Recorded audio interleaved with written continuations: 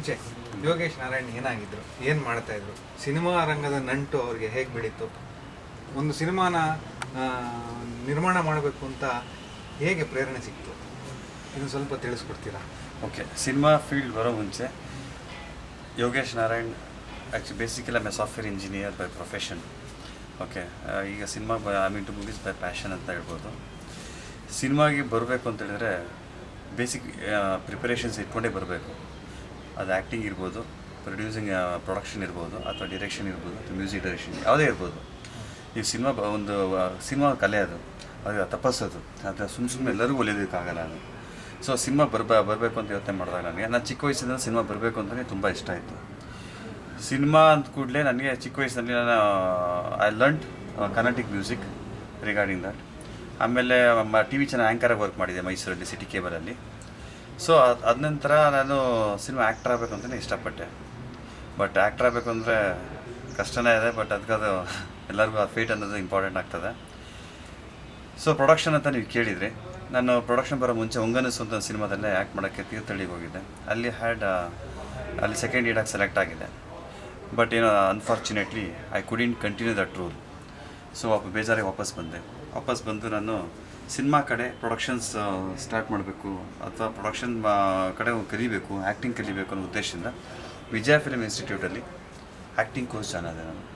ಆ್ಯಕ್ಟಿಂಗಲ್ಲಿ ನಾನು almost 1 year diploma course. Office ಹೋಗ್ತಾನೆ ನಾನು ITC ವರ್ಕ್ ಮಾಡ್ತಿದ್ದೆ ಆ ಟೈಮಲ್ಲಿ. ಸೊ ITC ವರ್ಕ್ ಮಾಡ್ತಿದ್ದಾಗೇ ಆ್ಯಕ್ಟಿಂಗ್ ಕೋರ್ಸ್ ಕಂಪ್ಲೀಟ್ ಮಾಡ್ಕೊಂಡು ಡಿಪ್ಲೊಮಾ ಫಿಲ್ಮ್ ಆ್ಯಕ್ಟಿಂಗಲ್ಲಿ ಮೊದಲ ಸಲ ಅಂತ ಸಿನಿಮಾಗೆ ನನ್ನ ಸ್ನೇಹಿತರು ಅವ್ರು ಬಂದು ಕತೆ ಹೇಳಿದರು. ಪುರುಷೋತ್ತಮ್ ಅಂತ ಡೈರೆಕ್ಟರ್, ಅದಕ್ಕೆ ಮೈಸೂರಿನವರೇ. ಅವ್ರ ಎಸ್ ಮಹೇಂದರ್ ಶಿಷ್ಯ ಇನ್ಫ್ಯಾಕ್ಟ್. ಅವ್ರು ಬಂದು ಕತೆ ಹೇಳಿದ ಮೇಲೆ ನನಗೆ ಇಷ್ಟ ಆಯಿತು ಕತೆ. ಸೊ ಅವ್ರು ಪ್ರೊಡ್ಯೂಸ್ ಮಾಡೋಣ ಅಂತ ಹೇಳಿದ್ರು. ಫಸ್ಟ್ ನಾನು ಇಂಡೈರೆಕ್ಟ್ ಆಗಲ್ಲ ಅಂತ ಅಂದ್ಕೊಂಡು ಕೂಡ ಮೊದಲ ಸಲ ಕತೆ ಕೇಳಿ ಇಷ್ಟಪಟ್ಟು ಸಿನಿಮಾ ಪ್ರೊಡ್ಯೂಸ್ ಮಾಡೋದಕ್ಕೆ ಒಪ್ಕೊಂಡೆ. ಸೊ ಇದು ನನ್ನ ಸಿನಿಮಾಗೆ ಬಂದಿದ್ದು ಹೇಗೆ ನಡ್ಕೊಂಡ್ಬಂದೆ ಅಂತ ಒಂದು ಇದಾದರೆ, ನಂದು ಕ್ವಾಲಿಫಿಕೇಷನ್ ಬಂದು BE. ನಾನು ಡೆಲ್ಲಲ್ಲಿ ವರ್ಕ್ ಮಾಡಿದ್ದೀನಿ, ITC ಇನ್ಫೋಟೆಕ್ ವರ್ಕ್ ಮಾಡಿದ್ದೀನಿ, ಪಟ್ನೀಸಲ್ಲಿ ವರ್ಕ್ ಮಾಡಿದ್ದೀನಿ, ವಿಪ್ರದ ವರ್ಕ್ ಮಾಡಿದ್ದೀನಿ. ನಾನು ಸಾಫ್ಟ್ವೇರ್ ಡೆವಲಪರಿಂದ ಟೀಮ್ ಲೀಡರ್ ಆಗೋ ತನಕ ವರ್ಕ್ ಮಾಡಿದ್ದೀನಿ. ಸೊ ನನ್ನ family is full of engineers. My father is an engineer, my sister, my brother, all are engineers in my family. ಸಿನಿಮಾದಕ್ಕೆ ಸಂಬಂಧ ಇಲ್ಲ. ಸೊ ಪ್ರೊಡಕ್ಷನ್ ಹಿಂಗೆ ಸ್ಟಾರ್ಟ್ ಆಯಿತು. ಮೊದಲ ಸಲ ಈ ರೀತಿ ಸ್ಟಾರ್ಟ್ ಆಯಿತು. ಮೊದಲ ಸಲ ನೀವು ಪ್ರೊಡ್ಯೂಸ್ ಮಾಡಿದ್ರಿ, ಅದಕ್ಕೆ ಒಬ್ಬ ಡೈರೆಕ್ಟರ್ ಬಂದು ನಿಮ್ಮನ್ನು ಕಾಂಟ್ಯಾಕ್ಟ್ ಮಾಡಿದ್ರು, ಕತೆ ನಿಮ್ಗೆ ಇಷ್ಟ ಆಯಿತು ಅಂತ ಹೇಳಿದ್ರಿ. ಆದರೆ ಮೊದಲು ನೀವು ಆ್ಯಕ್ಟರ್ ಆಗಿ ಸಿನಿಮಾ ರಂಗಕ್ಕೆ ಎಂಟರ್ ಆಗಬೇಕು ಅಂತ ಅಂದ್ಕೊಂಡವ್ರು, ನಂತರ ಪ್ರೊಡಕ್ಷನ್ ಮಾಡಬೇಕು ಅಂತ ಅಂದ್ಕೊಂಡ್ರಿ. ಈ ಒಂದು ಬದಲಾವಣೆಗೆ ನೀವು ಹೇಗೆ ನಿಮ್ಮನ್ನು ನೀವೇ ತಯಾರಿ ನಡೆಸ್ಕೊಂಡ್ರಿ? ನಾನು ಇವಾಗ ಬರುವ ಯಂಗ್ಸ್ಟರ್ಸ್ಗೂ ಅದೇನೇ ಹೇಳೋದು. ನಾನು ಸಿನಿಮಾದಲ್ಲಿ ಆ್ಯಕ್ಟರ್ ಆಗಬೇಕು ಅಂತ ಇಷ್ಟಪಡ್ತೀವಲ್ಲ, ಹೀರೋ ಆಗಬೇಕು ಅಂತ ಇಷ್ಟಪಡ್ತೀವಿ, ಹೀರೋಯಿನ್ ಆಗಬೇಕು ಅಂತ ಇಷ್ಟಪಡ್ತಾರೆ. ಬೈ ಚಾನ್ಸ್ ಕಂಟಿನ್ಯೂ ಆಗಲಿಲ್ಲ ಅಂದರೆ ಏನು, ಡಿಸಪಾಯಿಂಟ್ ಆಗಬಾರ್ದು. ಸೊ ಆರ್ಟಿಸ್ಟ್ ಆಗಿ ಬರ್ತಿಂದ ಬರಬೇಕು, ಆವಾಗ ಡಿಸಪಾಯಿಂಟ್ ಆಗಲ್ಲ. ಒಂದು ಸಪೋಸ್ ನಮಗೆ ಆರ್ಟಿಸ್ಟಾಗಿ ಕಂಟಿನ್ಯೂ ಮಾಡೋಕ್ಕಾಗಲಿಲ್ವಾ, I want to be the media field, I want to be the cinema field ಅಂತ ಬಂದಾಗ ನಿಮಗೆ ಆ ಪ್ರಿಪ್ರೇಷನ್ಸ್ ನಿಮಗೆ ಇಲ್ಲಿ ಯೂಸ್ಫುಲ್ ಆಗುತ್ತೆ. ಒಂದು ಎರಡನೇದಾಗಿ ಬಂದು ನಿಮಗೆ ಆ್ಯಕ್ಟಿಂಗ್ ಅಂತ ಇದರಿಂದ ಪ್ರೊಡಕ್ಷನ್ ಹಿಂಗೆ ಈ ಕೆರಿಯರ್ ಹಿಂಗೆ ಬಂತು ಅಂತ ಹೇಳಿದ್ರೆ, ನನಗೆ ಮೊದಲ ಸಲದಲ್ಲಿ ಒಂದು ಚಿಕ್ಕ ರೋಲ್ ಮಾಡಿದೆ ನಾನು. ಸ್ವಲ್ಪ ಕಷ್ಟ ಅನಿಸ್ತು. ಫಸ್ಟ್ ಟೈಮ್ ಕ್ಯಾಮ್ರಾ ಫೇಸ್ ಮಾಡಿದ್ದು ಕೂಡ, ಆದರೂ ಕೂಡ ಕಷ್ಟ ಅನಿಸ್ತು. ಮೊದಲ ಸಲ ಪ್ರೊಡಕ್ಷನ್ಗೆ ಎಂಟ್ರಿ ಆಗೋಣ ಅಂದ್ಕೊಂಡೆ. ಪ್ರೊಡಕ್ಷನ್ ಅಂದರೆ I will be in touch with each and every department. Direction department ಇರ್ಬೋದು, ಆರ್ಟಿಸ್ಟ್ಗಳಿರ್ಬೋದು, ಟೆಕ್ನಿಷಿಯನ್ಸ್, ಕ್ಯಾಮ್ರಾಮನ್, ಎಡಿಟಿಂಗ್, ಯಾವುದಾದ್ರು ಎಲ್ಲ ಜೊತೆ ಟಚಲ್ಲಿ ಇರ್ಬೋದು. So I will be the leader. So I will be the force, I will be the leader in the team. So ನನಗೆ leader ಆಗಿರೋದಕ್ಕೆ ಇಷ್ಟ ಇತ್ತು. So ಹಾಗಾಗಿ ಆ್ಯಕ್ಟಿಂಗಿಂದ production move ಆದೆ. ಒಳ್ಳೆಯದಾಯ್ತು ಸರ್. ಮೊದಲ ಸಲ ಒಂದು ಉತ್ತಮ ಸದಭಿರುಚಿಯ ಕೌಟುಂಬಿಕ ಚಿತ್ರ, ಆಗಿನ ಒಂದು ಸಂದರ್ಭದಲ್ಲಿ ಎಲ್ಲ ಕಡೆಯಿಂದನೂ ಭಾರಿ ಪ್ರಶಂಸೆಗೆ ಒಳಗಾದಂತಹ ಚಿತ್ರ. ಆಮೇಲೆ ಈ ರೀತಿ ಮೊದಲ ಚಿತ್ರದಲ್ಲೇ ನೀವು ಯಶಸ್ಸನ್ನ ಸಂಪಾದನೆ ಮಾಡಿದ್ರಿ ಒಬ್ಬ ನಿರ್ಮಾಪಕ ಆಗಿ. ಇದಾದ ನಂತರ ಯಾಕೆ ಒಂದು ದೊಡ್ಡ ಗ್ಯಾಪ್ ಬಂತು? ಯಾಕೆ ಯೋಗೇಶ್ ಮತ್ತೆ ಸಿನಿಮಾ ನಿರ್ಮಾಣಕ್ಕೆ ಇಷ್ಟು ದೊಡ್ಡ ಗ್ಯಾಪ್ ತಗೊಂಡ್ರು? ಓಕೆ, ಮೊದಲ ಸಲ ಕೂಡ ನಾನು ಪ್ರೊಡ್ಯೂಸರ್ ಆಗಬೇಕು ಅಂತ ಬಂದಿಲ್ಲ ಇಂಡಸ್ಟ್ರಿಗೆ. ಬೈ ಆಕ್ಸಿಡೆಂಟ್ ಪ್ರೊಡ್ಯೂಸರ್ ಆದೆ. ಕತೆ ಕೇಳಿ ಪ್ರೊಡ್ಯೂಸರ್ ಆದೆ. ಸೊ ನನ್ನ ಕತೆ ಮೇಲೆ ತುಂಬ ಕಾನ್ಫಿಡೆನ್ಸ್ ಇತ್ತು, definitely it will be hit ಅಂತ. ಮೊದಲ ಸಲ ಸ್ಟೋರಿ ನೀವೆಲ್ಲ ಹೇಳಿದ್ರಿ ಸದಭಿರುಚಿ ಚಿತ್ರ ಬಾಕ್ಸ್ ಆಫೀಸಲ್ಲಿ ಅಥವಾ ಪ್ರಶಂಸೆಗೊಳಗಾದ ಚಿತ್ರ, ವಿಮರ್ಶಕರುಗಳಿಂದ ಒಳ್ಳೆ ವಿಮರ್ಶೆ ಬಂದ ಚಿತ್ರ ಅಂತ ನೀವು ಕೂಡ ಹೇಳಿದಿರ. ಮಾಧ್ಯಮದಲ್ಲೂ ಬಂದಿತ್ತು, ಅದು ನಿಜ. ಯಾಕಂದರೆ ನಾವು ಫಸ್ಟ್ ಕತೆ ಸೆಲೆಕ್ಟ್ ಮಾಡಿದಾಗ ಹೀರೋಯಿನ್ ಕತೆ ಮೇಲೆ ಸೆಲೆಕ್ಟ್ ಮಾಡ್ಕೊಂಡ್ವಿ ಹೊರತು ಹೀರೋಯಿನ್ ಮೇಲೆ ಕತೆ ಸೆಲೆಕ್ಟ್ ಮಾಡಲಿಲ್ಲ. ಸೊ ಅದು ಪ್ಲಸ್ ಪಾಯಿಂಟ್ ಆಯ್ತು ನಮಗೆ. ಸೊ ಈ ಕತೆಗೆ ಟೆಕ್ನಿಷಿಯನ್ಸ್ ಯಾರು ಇರಬೇಕು ಅಂತ ನಾವು ಡಿಸ್ಕಸ್ ಮಾಡಿದಾಗ ನಮ್ಮ ಟೀಮಲ್ಲೇ ಹರಿಕೃಷ್ಣ ಅಂತ ದೊಡ್ಡ ಮ್ಯೂಸಿಕ್ ಡೈರೆಕ್ಟರ್ ನಮ್ಮ ಕೈ ಹಿಡಿದ್ರು ಸಿನಿಮಾದಲ್ಲಿ. HC ವೇಣು ನಿಮ್ಗೆ ಗೊತ್ತಿರೋ ಹಾಗೆ ರಾಜ್ಯ ಪ್ರಶಸ್ತಿ ವಿಜೇತರು. ಆಲ್ಮೋಸ್ಟ್ ಅಲ್ಲಿಂದ ಉಪೇಂದ್ರ ಸಿನಿಮಾಗಳಿಂದ ಅವರು ದೊಡ್ಡ ಹೆಸರು ಮಾಡ್ಕೊಬಂದವರು HC ವೇಣು. ಅವರು ನಮ್ಮ ಸಿನಿಮಾದಲ್ಲಿ ಸಿನಿಮಾಟೋಗ್ರಫರ್ಗೆ ನಮಗೆ ಕೈ ಜೋಡಿಸಿದ್ರು. ದೀಪ್ ಎಸ್ ಕುಮಾರ್ ನಿಮಗೆ ಗೊತ್ತಿರೋ ಹಾಗೆ ಬಿಗ್ ಟೈಮ್ ಎಡಿಟರ್ ಅವರೀಗ. ಸೊ ಯಶ್ ಕೂಡ ಒಳ್ಳೆ ಆರ್ಟ್ ಹೀರೋ, ಅವಾಗ ಪ್ರವರ್ಧಮಾನ್ ಬರ್ತಿದ್ದ ಹೀರೋ ಆ ಟೈಮಲ್ಲಿ. ಭಾಮಾ ಅಂತ ಒಳ್ಳೆ ಆ್ಯಕ್ಟ್ರೆಸ್, ತಾರಾ ಮೇಡಮ್ ಅಂತ ದೊಡ್ಡ ದೊಡ್ಡ ಕಲಾವಿದರು ನಮ್ಮ ಸಿನಿಮಾದಲ್ಲಿ ಹಾಕೊಂಡ್ವಿ. ಸೊ ಅಫ್ಕೋರ್ಸ್ ಅಷ್ಟೆಲ್ಲ ಆದಮೇಲೆ ಸಿನಿಮಾ ಚೆನ್ನಾಗಿ ಬರಲೇಬೇಕು. ಸೊ ಸಿನಿಮಾ ಕೂಡ ಡೈರೆಕ್ಟರ್ ಪುರುಷೋತ್ತಮ್ ಅವರು ಒಂದು ಒಳ್ಳೆ 0ಇಂದ 100% ತನಕ ಏನು ನ್ಯಾಯ ಸಲ್ಲಿಸಬೇಕು ಅಷ್ಟು ಮಾಡಿದ್ರು. ಸೊ ಅಫ್ಕೋರ್ಸ್ ಸಿನಿಮಾ ಚೆನ್ನಾಗಿ ಬರುತ್ತೆ ನಮ್ಗೆ ಇಷ್ಟ, ನಮಗೂ ಗೊತ್ತಿತ್ತು. ಸಿನಿಮಾ ರಿಲೀಸ್ ಆಯಿತು. ಸಿನಿಮಾ ಬಂದು ಒಂದು 6 ಸೆಂಟರ್ಸಲ್ಲಿ 50 ಡೇಸ್ ಹೋಯಿತು. 1 ಸೆಂಟರಲ್ಲಿ ದಾವಣಗೆರೆಯಲ್ಲಿ 100 ಡೇಸ್ ಹೋಯ್ತು ಸಿನಿಮಾ. ಅದು ಆಮೇಲೆ ಸುಮಾರು ಪ್ರಶಸ್ತಿಗಳು ಬಂತು ನಮಗೆ. ಸುವರ್ಣ ಅವಾರ್ಡ್ಸ್ ಇರ್ಬೋದು, ಉದಯ ಅವಾರ್ಡ್ಸ್ ಇರ್ಬೋದು, ದೊಡ್ಡ ದೊಡ್ಡ ಪ್ರಶಸ್ತಿಗಳೇ ಬಂತು. ಬಟ್ ನಮಗೆ ಅಲ್ಲಿ ಅದೇ ಅದು ಕೂಡ ಮೊದಲ ಸಲ ಪ್ರೊಡ್ಯೂಸರಾಗಿ ಮೊದಲ ಸಲನೇ ನಮ್ಗೆ ಇರೋದ್ರಿಂದ ಸ್ವಲ್ಪ ನಮ್ಗೆ ಇನ್ಎಕ್ಸ್ಪೀರಿಯನ್ಸ್ ಕೂಡ ಅಲ್ಲಿ ಸ್ವಲ್ಪ ಬೆಳಕಿಗೆ ಬಂತು.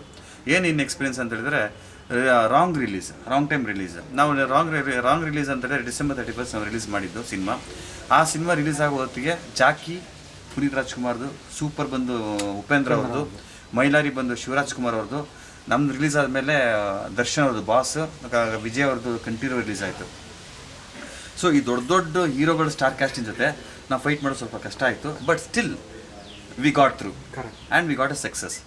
ಇನ್ನು ನೀವು ಗ್ಯಾಪ್ ಅಂತ ಯಾಕೆಂತ ಕೇಳ್ತಿದ್ದೀರ. ಗ್ಯಾಪ್ನ ಮೊದಲ ಸಲ ಮಾಡಾದ್ಮೇಲೆ ಸ್ವಲ್ಪ ನನಗೆ ಗ್ಯಾಪ್ ತೊಗೋಬೇಕು ಅಂತ ನನಗೆ ಅನಿಸ್ತು. ಬಿಕಾಸ್ ನನಗೆ ಸ್ಟೋರೀಸ್ಗಳನ್ನ ಅಂಟು ಮಾಡೋ ನನಗೆ ಆಸೆ ಇತ್ತು. ನಾನು any stories or a script is the basic foundation for any movie ಅಂತ ನಾನು ಅದರಲ್ಲಿ ಬಿಲೀವ್ ಮಾಡ್ತೀನಿ. ಸೊ ಒಳ್ಳೆ ಸ್ಟೋರಿ ಎಲ್ಲಿ ಸಿಗ್ಬೋದು ಅಂತ ಯೋಚನೆ ಮಾಡಿದ್ವಿ. ಈಗ ತಮಿಳಲ್ಲಿ, ತೆಲುಗಲ್ಲಿ ಒಳ್ಳೊಳ್ಳೆ ಸಿನಿಮಾಗಳು ಬರ್ತದೆ, ಅಲ್ಲೂ ಕೂಡ ಕೆಟ್ಟ ಸಿನಿಮಾಗಳು ಬರ್ತದೆ. ಅಂದರೆ ಫ್ಲಾಪ್ ಸಿನಿಮಾಸ್ಗೂ ಕೂಡ ಬರ್ತದೆ. ತೆಲುಗು, ತಮಿಳು, ಹಿಂದಿ, ಇಂಗ್ಲೀಷಲ್ಲೂ ಬರ್ತದೆ. ಬಟ್ ಅದರಲ್ಲಿ ಕನ್ನಡಕ್ಕೆ ಕನ್ಸಿಡರ್ ಮಾಡ್ಕೊಂಡ್ರೆ ಸ್ವಲ್ಪ ಜಾಸ್ತಿ ಇದೆ, ಅಲ್ಲಿ ರೇಷಿಯೋ ಜಾಸ್ತಿ ಇದೆ, ಸಕ್ಸಸ್ಫುಲ್ ರೇಟ್ ಜಾಸ್ತಿ ಇದೆ ತಮಿಳಲ್ಲಿ. ಸೊ ಅಲ್ಲಿಂದ ನಾವೇನು ಮಾಡ್ತಿದ್ವಿ, ಕಥೆಗಳನ್ನ ತಂದು ರೀಮೇಕ್ ಮಾಡ್ತಾಯಿದ್ದೀವಿ ಇಲ್ಲಿ. ಸೊ ರೀಮೇಕ್ ಮಾಡೋ ಬದಲು ನಾವ್ಯಾಕೆ ನಮ್ಮ ಸ್ವಂತ ಕಥೆಗಳು, ಈ ತಮಿಳವ್ರಿಗೆ ಕತೆ ಸಿಗ್ತದೆ, ತೆಲುಗಿನವ್ರು ಕತೆ ಸಿಗ್ತದೆ, ನಮ್ಗೆ ಯಾಕೆ ಕತೆ ಸಿಗ್ತಾ ಇಲ್ಲ? ಕನ್ನಡದಲ್ಲಿ ಅಷ್ಟು ಜ್ಞಾನಪೀಠ ಅವಾರ್ಡ್ಸ್ ತೊಗೊಂಡು ನಾವು ಇಷ್ಟೆಲ್ಲ ನಾವು ಕನ್ನಡದಲ್ಲಿ ನಾವು ದೊಡ್ಡ ದೊಡ್ಡ ಹೆಸರು ಮಾಡಿರೋ ದೊಡ್ಡ ಹೆಸರುಗಳಿರ್ಬೇಕಾದ್ರೆ ನಮ್ಗೆ ಯಾಕೆ ಕತೆ ಸಿಗಬಾರ್ದು? ಹಂಟ್ ಮಾಡೋಣ, ಹೊಸೊಬ್ರಿಗೆ ಚಾನ್ಸ್ ಕೊಡೋಣ, ಹೊಸ ಈವಿಂಗ್ಸ್ ಇದಕ್ಕೆ ಏನಂತ ಹೇಳ್ತೀವಿ, ಇವಾಗಿನ ಟ್ರೆಂಡ್ ಸೆಟ್ಟಿಂಗ್ ಸ್ಟೋರೀಸ್ ಯಾಕೆ ಸಿಗಬಾರ್ದು ನಮಗೆ ಅಂತ ಮನಸ್ಸಾಗಿ ಸ್ವಲ್ಪ ಯೋಚನೆ ಮಾಡಿ ಥ್ರೂಔಟ್ ಕರ್ನಾಟಕ ಯೋಗೇಶ್ ಮೀಡಿಯಾ ನನ್ನ ಬ್ಯಾನರಿಂದ ಸ್ಕ್ರಿಪ್ಟ್ ಆಡಿಷನ್ಸ್, ಚಿತ್ರಕಥಾನ್ವೇಷಣೆ ಅಂತ ಮಾಡಿದೆ. ಮೈಸೂರು ಮಾಡಿದೆ, ಬೆಂಗಳೂರು ಮಾಡಿದೆ, ಶಿವಮೊಗ್ಗ ಮಾಡಿದೆ, ಹುಬ್ಳಿ ಮಾಡಿದೆ ನಾನು. ಸೊ ಒಳ್ಳೆ ರೆಸ್ಪಾನ್ಸ್ ಬಂತು ನನಗೆ ಎಲ್ಲಿ ಚಿತ್ರಕಥಾನ್ವೇಷಣೆಗೆ. ಸೊ ಸುಮಾರು ಜನ, ಆಲ್ಮೋಸ್ಟ್ ನನಗೆ 4,000 ಸಾವಿರ ಕಾಲ್ಸ್ ಇತ್ತು. ಬಟ್ ಅನ್ಫಾರ್ಚುನೇಟ್ಲಿ 4,000 ಸಾವಿರ ಕಾಲ್ ಅಟೆಂಡ್ ಮಾಡೋಕ್ಕಾಗಲಿಲ್ಲ. ಸೊ ಬಟ್ ಒಳ್ಳೆ ಅನುಭವ, ಅದನ್ನು ಒಳ್ಳೊಳ್ಳೆ ಕಥೆಗಳು ಸಿಕ್ತು ಕೂಡ. 1-2-3 ಒಳ್ಳೆ ಕಥೆನೂ ಆಯ್ಕೆ ಮಾಡ್ಕೊಂಡ್ವಿ. ಸೊ ಈ ರೀತಿ ಕತೆ ಮಾಡ್ಕೊಂಡ ಈ ಪ್ರೋಸೆಸ್ ಸ್ಟಾರ್ಟ್ ಮಾಡಿದಾಗ ಗುರುಪ್ರಸಾದ್ ಅಂತ ಇವಾಗಿನ ಚಾಲ್ತಿಲಿರೋ ದೊಡ್ಡ ನಿರ್ದೇಶಕರವರು, ಅವ್ರ ಕಣ್ಣಿಗೆ ಬಿದ್ದೆ. ಅವರು ನಮ್ಮ ಈ ಪ್ರಯತ್ನ ಕಂಡು ಅವ್ರು ನಮ್ಗೆ ತುಂಬ ಸಪೋರ್ಟ್ ಮಾಡಿದರು. ತುಂಬ ಸಪೋರ್ಟ್ ಅನ್ನೋದಕ್ಕಿಂತ ತುಂಬ ಇಷ್ಟಪಟ್ಟರು. ಇವನು ಪ್ಯಾಷನ್ ಇಟ್ಕೊಂಡಿರೋ ವ್ಯಕ್ತಿ ಇವನು, ನೆಕ್ಸ್ಟ್ ಏನೋ ಮಾಡ್ಬೋದು ಅಂತ. ಸೊ ಅವರು ಅವ್ರ ಟೀಮಲ್ಲಿ ನಾನು ಸೇರಿಕೊಂಡೆ. ಗುರುಪ್ರಸಾದ್ ಸರ್ದು ಡೈರೆಕ್ಟರ್ ಸ್ಪೆಷಲ್ ನಡೀತಿತ್ತು. ಸೊ ಈಗ ಗುರುಪ್ರಸಾದ್ ಟೀಮ್ ಜಾಯ್ನ್ ಆಗಿದೆ ನಾನು ಆ ಟೀಮಲ್ಲಿ. ಈಗ ಗುರುಪ್ರಸಾದ್ ಸೊ ಟೈಮ್ ಬೇಕಾಗಿತ್ತು ನನಗೆ. ಬಿಕಾಸ್ ನೀವು 2 ವರ್ಷಕ್ಕೆ ಒಂದ್ಸಲ ಸಿನಿಮಾ ಮಾಡಿ, ಈಗ ವರ್ಷಕ್ಕೆ 10 ಸಿನಿಮಾ ಮಾಡಿ, 2 ಸಿನಿಮಾ ಮಾಡಿ 2 ಫ್ಲಾಪ್ ಕೊಟ್ಟು ಯಾಕೆ ಸಿನಿಮಾ ಮಾಡಿದ್ರು ಇವರು ಅನ್ಸ್ಕೊಂಬಾರ್ದು. ಬಟ್ 2 ವರ್ಷಕ್ಕೆ ಒಂದು ಸಿನಿಮಾ ಮಾಡಿ, ಬಟ್ ಒಳ್ಳೆ ಸಿನಿಮಾ ಕೊಟ್ಟರೆ ಪರವಾಗಿಲ್ಲ. 2 ವರ್ಷಕ್ಕೆ ಒಂದು ಮಾಡಿದ್ರು ಒಳ್ಳೆ ಸಿನಿಮಾ ಕೊಟ್ಟರು. ನಾನು ಸಿನಿಮಾ ಮಾಡಲಿ ಅಂದ್ರೆ ಯಾರೋ ಸಿನಿಮಾ ಮಾಡಲಿ ಅಂತ ಯಾರು ಕೇಳಲ್ಲ, ಹೌದಲ್ವಾ? ಸಿನಿಮಾ ಮಾಡಿ ಯಾಕೆ ಸಿನಿಮಾ ಮಾಡೋದು ಅಂತ ಅನ್ಸ್ಬಾರ್ದು. ಹೌದಲ್ವಾ? ಹೌದು. ಅದೇ ಅದರಿಂದ ಎರಡನೇ ಸಲ ಮಾಡ್ತಾ ಇದ್ರ ಹೆಸರಾಂತ ನಿರ್ದೇಶಕರು. ಶೀರ್ಷಿಕೆ ಕೇಳಿದ್ರೆ ಚಿತ್ರದ ಕಥಾವಸ್ತು ಬಗ್ಗೆ ನಮ್ಗೆ ಅಷ್ಟೊಂದು ಸ್ಪಷ್ಟ ಚಿತ್ರಣ ಬರಲ್ಲ. ಏನಿರ್ಬೋದು ಎರಡನೇ ಸಲ? ಎರಡನೇ ಸಲ ಏನು ಮುಖ್ಯಾಂಶಗಳೇನು, ಅದರ ಥೀಮ್ ಏನು?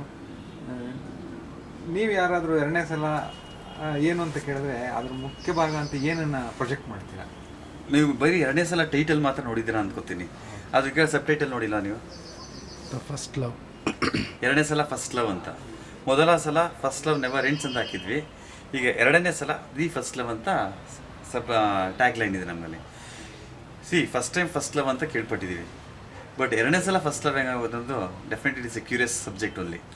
ಅದು ಗುರುಪ್ರಸಾದ್ ಅಂತ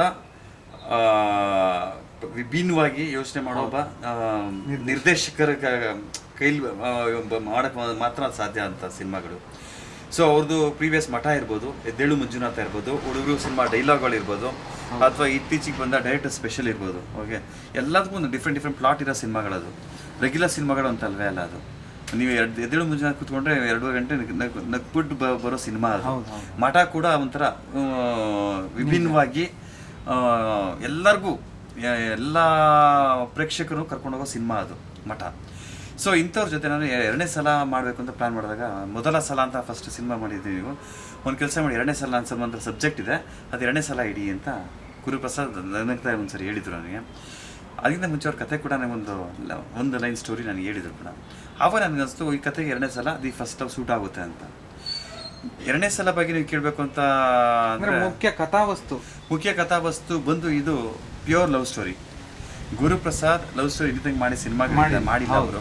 ಫಸ್ಟ್ ಟೈಮ್ ಅವರು ಲವ್ ಸ್ಟೋರಿ ಮಾಡ್ತಿರೋ ಸಿನಿಮಾ.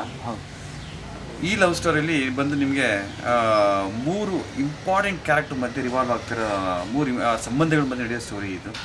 ಬಂದಿರ್ತದೆ ಖಂಡಿತ. ನಿಮಗೆ ಲವ್ ಅನ್ನೋದು ನಿಮಗೆ 16 ಥರ ತೋರಿಸ್ಬೋದು, 16 ಥರ ಬಂದಿದೆ. ಬಟ್ ಇದು ಯಾರ ಕೈಲಿ ಮೂಡಿ ಬರುತ್ತೆ ಅನ್ನೋದು ಒಂದು ಇಂಪಾರ್ಟೆಂಟು. ಬಟ್ ಆ ಲವ್ ಸ್ಟೋರಿಯಲ್ಲಿ ಒಂದು ಸಿನಿಮಾದಲ್ಲಿ ನಾವೇನು ಹೊಸದೇನು ತೋರ್ಸೋದಕ್ಕಾಗೋದಿಲ್ಲ, ಬಟ್ ಗುರುಪ್ರಸಾದ್ ಎಲ್ಲೋ ಒಂದೊಂದು ಲೆವೆಲಲ್ಲೂ ಒಂದು ಹೊಸತನ ಇಟ್ಟಿರ್ತಾರೆ. ಸೊ ಎರಡನೇ ಸಲದಲ್ಲೂ ಕೂಡ ಒಂದು ಸಿವಿಲ್ ಇಂಜಿನಿಯರ್ ಲವ್ ಸ್ಟೋರಿ ಇದು. ಇದರಲ್ಲಿ ಧನಂಜಯ್ ಅಂತ ನಮ್ಮ ಹೀರೋ, ಈಗಾಗಲೇ 6 ಸಿನಿಮಾಗಳಲ್ಲಿ ಧನಂಜಯ್ ಆ್ಯಕ್ಟ್ ಮಾಡಿದ್ದಾರೆ. ಸಾಫ್ಟ್ವೇರ್ ಪ್ರೊಫೆಷನಲ್ ಬೇಸಿಕಲಿ ಅವರು, very good actor. He has got very good features ಇದೆ, ಫ್ಯೂಚರ್ ಇದೆ ಅವರಿಗೆ. ಇನ್ನು ಹೀರೋಯಿನ್ ಬಂದು ಫಸ್ಟ್ ರಾಧಿಕಾ ಪಂಡಿತ್ ನಾವು ತರಬೇಕು ಅಂತ ಆಸೆ ಪಟ್ಟಿದ್ವಿ, ಬಟ್ ಅದು ಅನ್ಫಾರ್ಚುನೇಟ್ಲಿ ಡೇಟ್ಸ್ ಇಲ್ಲ. ಸೊ ಹೊಸ ಹೀರೋಯಿನ್ನ ಸೆಲೆಕ್ಟ್ ಮಾಡಬೇಕು ಅಂತ ಗುರುಪ್ರಸಾದ್ ಅವ್ರಿಗೆ ಬಿಟ್ಬಿಟ್ಟಿದ್ವಿ, ಅದು ಅವರೇ ಸರಿ ಮಾಡೋದಕ್ಕೆ. ಇನ್ನು ಬೇರೆ ಕ್ಯಾರೆಕ್ಟರ್ಸಲ್ಲಿ ಸುಹಾಸಿನಿ ದಪ್ಪೆ ಅರುಂಧತಿನಾಗಿ ಮಾಡ್ತಾಯಿದ್ದಾರೆ, ಗಿರೀಶ್ ಕಾರ್ನಾಡ್ ಮಾಡ್ತಾಯಿದ್ದಾರೆ. ಆಮೇಲೆ ಈ ಥರ ದೊಡ್ಡ ಸ್ಟಾರ್ ಕ್ಯಾಸ್ಟಿಂಗ್ ಇದೆ. ಅನೂಪ್ ಸೀಡಿನ್ ಅಂತ ಮ್ಯೂಸಿಕ್ ಡೈರೆಕ್ಟರ್, ಈಗ ಎಮರ್ಜಿಂಗ್ ಮ್ಯೂಸಿಕ್ ಡೈರೆಕ್ಟರ್ ಅವ್ರು ಕೂಡ ಮಾಡ್ತಾರೆ. ಅವರು ನಮ್ಮ ಸಿನಿಮಾಗೆ ಮ್ಯೂಸಿಕ್ ಕೊಡ್ತಾ ಇದ್ದಾರೆ. ಕೆಂಪ್ರಾಜರ್ಸ್ ನೀವು ಕೇಳಿರ್ಬೋದು, ಕೆಂಪ್ರಾಜ್ ಕೇಳಿರ್ಬೋದು, ಸ್ಟೇಟ್ ಎಡಿಟಿಂಗ್ ಅವ್ರು ಕೂಡ ನಮಗೆ ಮಾಡ್ತಾ ಇದ್ದಾರೆ. ಅದು ಬಿಟ್ಟು ಕ್ಯಾಮ್ರಾಮನ್ ಬಂದು Mahendra Simha. So this are all things happening. ಇದು ಶೂಟಿಂಗ್ ಶೆಡ್ಯೂಲ್ಗಳು ಯಾವ ಪ್ಲಾನ್? ಶೂಟಿಂಗ್ ಸ್ಕೆಡ್ಯೂಲ್ ಬಂದು ಮೇ 2nd ವೀಕಿಂದ ಫಸ್ಟ್ ಸ್ಕೆಡ್ಯೂಲ್ ಸ್ಟಾರ್ಟ್ ಆಗುತ್ತೆ. ಚಿಕ್ಕಮಂಗ್ಳೂರು ಸ್ಟಾರ್ಟ್ ಆಗುತ್ತೆ. ಫಸ್ಟ್ ಬಂದು ಗೋಕರ್ಣ ಅಥವಾ ತೀರ್ಥಹಳ್ಳಿ ಅಂತ ಅಂದ್ಕೊಂಡಿದ್ವಿ. ಅದು ಬಿಟ್ಟು ಬೆಂಗಳೂರು ಬರ್ತೀವಿ. ಬೆಂಗಳೂರು ಬಂದು ಚಿಕ್ಕಮಂಗ್ಳೂರು ಎಸ್ಟೇಟಲ್ಲಿ ಒಂದು ಸಾಂಗ್ಸ್ ಶೂಟಿಂಗ್ ಇದೆ. ಒಂದು ಗಮನಿಸಬೇಕಾದ ಅಂಶ ಅಂದರೆ ಗುರುಪ್ರಸಾದ್ ಸಿನಿಮಾದಲ್ಲಿ ಈ ರೀತಿ ಹಾಡುಗಳಿರಲಿಲ್ಲ, ಅಂದರೆ ಲವ್ ಸಾಂಗ್ಸ್, ಡಿಯಟ್ ಸಾಂಗ್ಸ್ಗಳು ಇರಲಿಲ್ಲ. ಇಲ್ಲಿ ಈ has given importance to duet song. ಅಂದರೆ ಅವ್ರಿಗೆ ತುಂಬ ಚೆನ್ನಾಗಿ ಮಾಡ್ಕೊಂಡಿದ್ದಾರೆ ಕತೆ. ಬಿಕಾಸ್ ನಾನು ಮೊದಲೇ ಹೇಳ್ದಂಗೆ ನಿಮಗೆ, ನಾನು ಕತೆ ತುಂಬ ಇಷ್ಟಪಡೋನೆ, ಕತೆ ಮೇಲೆ ಸಿನಿಮಾ ಮಾಡಬೇಕು ಅಂತ ಇಷ್ಟಪಟ್ಟಿರೋದು. ಗುರುಪ್ರಸಾದ್ ನನಗಿಂತ ಮುಂಚೆ ಅದ್ರ ಬಗ್ಗೆ ಯೋಚನೆ ಮಾಡಿರ್ತಾರೆ. ನಾನು ಒಂದು ಯೋಚನೆ ಮಾಡಿ, ಗುರುಪ್ರಸಾದ್ 100 ಲೆವೆಲಲ್ಲಿ ಯೋಚನೆ ಮಾಡಿರ್ತಾರೆ.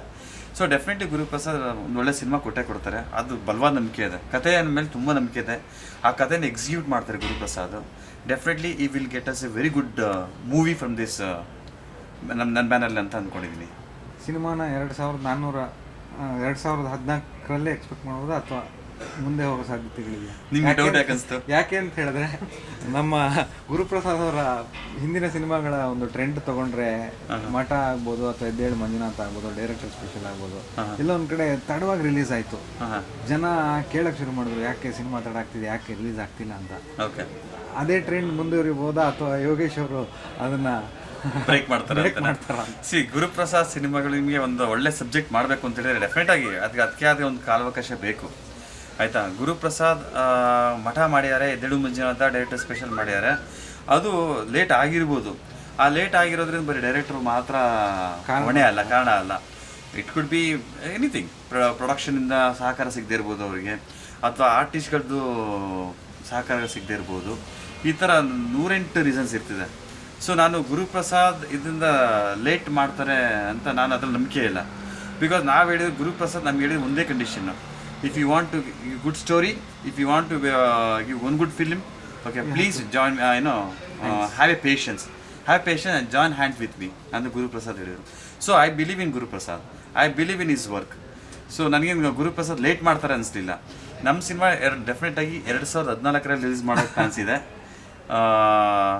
ಗೌರಿ ಗಣೇಶ ಹಬ್ಬಕ್ಕೆ ಬರಬೇಕು ಅಂತ ಪ್ಲಾನ್ಸ್ ಇದೆ. ಬಟ್ ನನಗೇನೋ ಸ್ವಲ್ಪ ಒಂಚೂರು ಡೌಟ್ ಇರ್ಬೋದು ಇವಾಗ, ಬಿಕಾಸ್ ನಾವು ಏಪ್ರಿಲ್ ಸ್ಟಾರ್ಟ್ ಮಾಡ್ತು ಅಂತ ಹೇಳಿದ್ರೆ ಗೌರಿ ಗಣೇಶ ಹಬ್ಬಕ್ಕೆ ಬರೋ ಪ್ಲಾನ್ಸ್ ಇತ್ತು.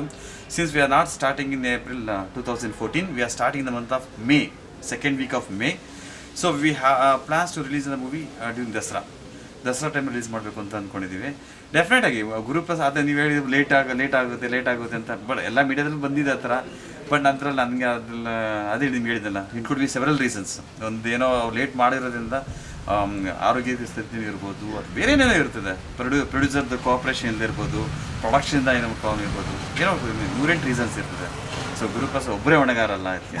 ಬಟ್ ಏನಕ್ಕೆ ಗುರುಪ್ರಸಾದ್ ಹೊಣೆಗಾರ ಮಾಡ್ತಾರೆ, is a big star, is a big director. ನಾವು ಅದರಿಂದ ಗುರುಪ್ರಸಾದ್ ಈಸಿಯಾಗಿ ಗುರುಪ್ರಸಾದ್ ಸಿನಿಮಾ ಅಂತ ಬಂದಾಗ ಪ್ರೊಡ್ಯೂಸರ್ ಕೌಂಟ್ ಆಗಲ್ಲ, ಅಲ್ಲಿ ಆರ್ಟಿಸ್ಟ್ಗಳು ಕೌಂಟ್ ಆಗಲ್ಲ. ಸೊ ಏನಕ್ಕೆ ಲೇಟ್ ಆಯಿತು, ಗುರುಪ್ರಸಾದ್ ಲೇಟ್ ಮಾಡ್ತಾರೆ ಅಂತ ಹೇಳ್ತಾರೆ. So that is the reason.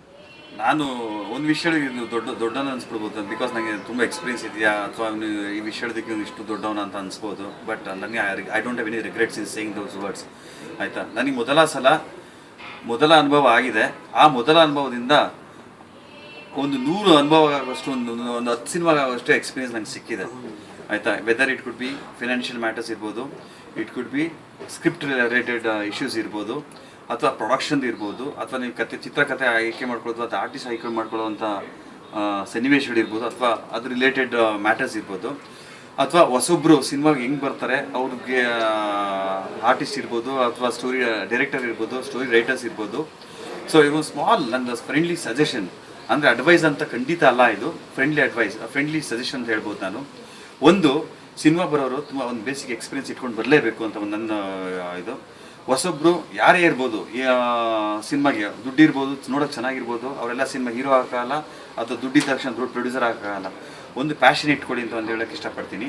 ಆ ಪ್ಯಾಷನ್ ಜೊತೆಗೆ ನೀವು ನಿಮ್ಮದೇ ಆದ ಪ್ರೊಡ್ಯೂಸರ್ ಆದರೆ, ನೀವು ಆ ಪ್ರೊಡ್ಯೂಸರ್ ಆದರೆ ಪ್ರೊಡಕ್ಷನ್ ಪಾಯಿಂಟ್ ಆಫ್ ವ್ಯೂವಿಂದ ಏನು ಯೋಚನೆ ಮಾಡಬೇಕು, ಲಾಸ್ ಆಗದಾಗೆ ಒಂದು ಒಳ್ಳೆ ಸಿನಿಮಾ ಥರ ಒಂದು ವ್ಯವಸ್ಥೆ ಮಾಡ್ಕೊಬೇಕು. ಒಂದು ಎಷ್ಟೊಂದು ನನ್ನ ಸ್ನೇಹಿತರುಗಳು ನನ್ನ ಆ್ಯಕ್ಟಿಂಗ್ ಚಾನ್ಸ್ ಕೇಳ್ಕೊಂಬರ್ತಾರೆ, ಸರ್ ಆ್ಯಕ್ಟಿಂಗ್ ಚಾನ್ಸ್ ಕೊಡಿ, ನಾನು ನೋಡೋಕೆ ಚೆನ್ನಾಗಿದ್ದೀನಿ, ಮಾಡಲಿಂಗ್ ಮಾಡ್ತಿದ್ದೀವಿ ಅಂತ ಸುಮಾರು. ಬೆಂಗಳೂರು ಒಬ್ಬ ಇಂಟರ್ನ್ಯಾಷನಲ್ ಫ್ಯಾಷನ್ ಡಿಸೈನರ್ ಒಬ್ಬರು ನನಗೊಂದು 20-25 ಫೋಟೋ ಕಳಿಸ್ಕೊಡ್ತಾರೆ. ಆ ಫೋಟೋದಲ್ಲಿ ಇರೋರೆಲ್ಲ ತುಂಬ ಚೆನ್ನಾಗಿರೋ ಮಾಡೆಲ್ಗಳಿರ್ತಾರೆ. ಆ ಮಾಡೆಲ್ಗಳೆಲ್ಲರೂ ಇರೋ ಚಾನ್ಸ್ ಇಲ್ಲ ಅಂತ ನಾನು ಡೈರೆಕ್ಟಾಗಿ ಮೇಲ್ ರಿಪ್ಲೈ ಮಾಡಿರ್ತೀನಿ. This the best example for me not to select the artist on the basis of face ಅಂತ ನಾನು ಹೇಳೋಕ್ಕೆ ಇಷ್ಟಪಡ್ತೀನಿ. ಒಂದು. ಎರಡನೇದಾಗಿ ಚಿತ್ರಕಥೆ ನೀವು ಎಷ್ಟೊಂದು ಜನ ಡೈರೆಕ್ಟರ್ಸ್ ಇರ್ಬೋದು, ಬಟ್ ಫಸ್ಟು ಒಂದು ಟೀಮಲ್ಲಿ ಇನ್ವಾಲ್ವ್ ಆಗಿ ವಿಷಯಗಳು ಕಲ್ತ್ಕೊಳ್ಳಿ, ಸಿನಿಮಾ ಕಲ್ತ್ಕೊಳ್ಳಿ. ಫಸ್ಟು ಒಂದು ಸಿನಿಮಾ ಕಲ್ತ್ಕೊಂಡ್ಮೇಲೆ ಒಂದು 2-3 ಸಿನಿಮಾ ವರ್ಕ್ ಮಾಡಿ. ನೀವು ಆರ್ಟಿಸ್ಟ್ ಆಗ್ಬೋದು, ಅಥವಾ ಡೈರೆಕ್ಟರ್ ಆಗಬೇಕು ಅಂತ ಇಷ್ಟಪಡ್ತಿದ್ರೆ ಅದಿರ್ಬೋದು, ಒಬ್ಬ ಲಿರಿಕೇಟರ್ ಇರ್ಬೋದು, ಒಬ್ಬ ಮ್ಯೂಸಿಕ್ ಡೈರೆಕ್ಟರ್ ಇರ್ಬೋದು. ನಿಮಗೆ ಸಿನಿಮಾದೇ ನೀವು ನಾನು ಬಿ ಮಾಡಿದ್ದೀನಿ ಅಥವಾ MA ಮಾಡಿದ್ದೀನಿ, ನಾನು have done double graduation, have got triple graduate ಅಂತ ಹೇಳಿದ್ರೆ no use in cinema field. Because cinema ಫೀಲ್ಡೇ ಬೇರೆ, ನೀವು ಮಾಡಿರೋ ಗ್ರ್ಯಾಜುಯೇಷನ್ಸೇ ಬೇರೆ. ಆಯಿತಾ. ಅದಕ್ಕೂ ಇದು ರಿಲೇಟ್ ಮಾಡಬೇಡಿ. ನನಗೆ ಏನೂ ಗೊತ್ತಿಲ್ಲ, I am zero, I am nil ಅಂತ ಕನ್ಸಿಡರ್ ಮಾಡಿಕೊಂಡು just start learning from day 1. ಆಯಿತಾ. Definitely you will reach our aim ಅಂತ ನಾನು ಅಂದ್ಕೊತೀನಿ. So all the bestest wishes. ಸಾಧ್ಯವಾದರೆ ನಂದು www.yogeshmotionpictures.com ಹಾಗೆಯೇ yogeshmedias.com ಅಂತ ನನ್ನ ವೆಬ್ಸೈಟ್ ಇದೆ, ಅದು ನನ್ನ ಬ್ಲಾಗ್ ಕೂಡ. ಅದರಲ್ಲಿ ನಾನು ಕೆಲವು ನನ್ನ ಅನಿಸಿಕೆ, ನಾನು ಪರ್ಸನಲಿ ಇಲ್ಲಿ ಏನು ಹರ್ಟ್ ಮಾಡೋ ಉದ್ದೇಶ ನಾನು ಖಂಡಿತ ಇರೋದಿಲ್ಲ. ನನಗನ್ಸಿಕೆ, ನನ್ನ ಎಕ್ಸ್ಪೀರಿಯೆನ್ಸು ಅದನ್ನ ಕೌಂಟ್ ಮಾಡಿ ಬರೆದಿರೋವಂಥದ್ದು. ಅದರಲ್ಲಿ ನಾನು ದಯವಿಟ್ಟು ಅದ್ರಲ್ಲಿ ನೋಡಿ. ಆಯಿತಾ. All the very best. ನಿಮ್ಮಲ್ಲಿ ಟ್ಯಾಲೆಂಟ್ ಇದೆಯಾ, ಆ್ಯಕ್ಟಿಂಗ್ ಟ್ಯಾಲೆಂಟ್ ಇದೆಯಾ, ಅಥವಾ ಡೈರೆಕ್ಷನ್ ಟ್ಯಾಲೆಂಟ್ ಇದೆಯಾ, ಡೆಫಿನೆಟ್ ನಾನು ಮೀಟ್ ಮಾಡ್ಬೋದು. ನಾನು I will be available at all the time on my number. ನಿಮ್ಮ ಸಿನಿಮಾವರೆಗೂ ಕೂಡ ಆಲ್ ದ ವೆರಿ ಬೆಸ್ಟ್ ಅಂತ ಹೇಳ್ತೀನಿ. ಸೊ ಡೆಫಿನೆಟಾಗಿ ನಿಮ್ಮ ವಿಶಸ್ಸು ನನ್ನ ಮೇಲೆ ಇರಲಿ, ನಿಮ್ಮ ಸಪೋರ್ಟ್ ಕೂಡ ನನ್ನ ಮೇಲೆ ಇರಲಿ ಅಂತ ಹೇಳ್ತೀನಿ. Thanks a lot. Okay sir.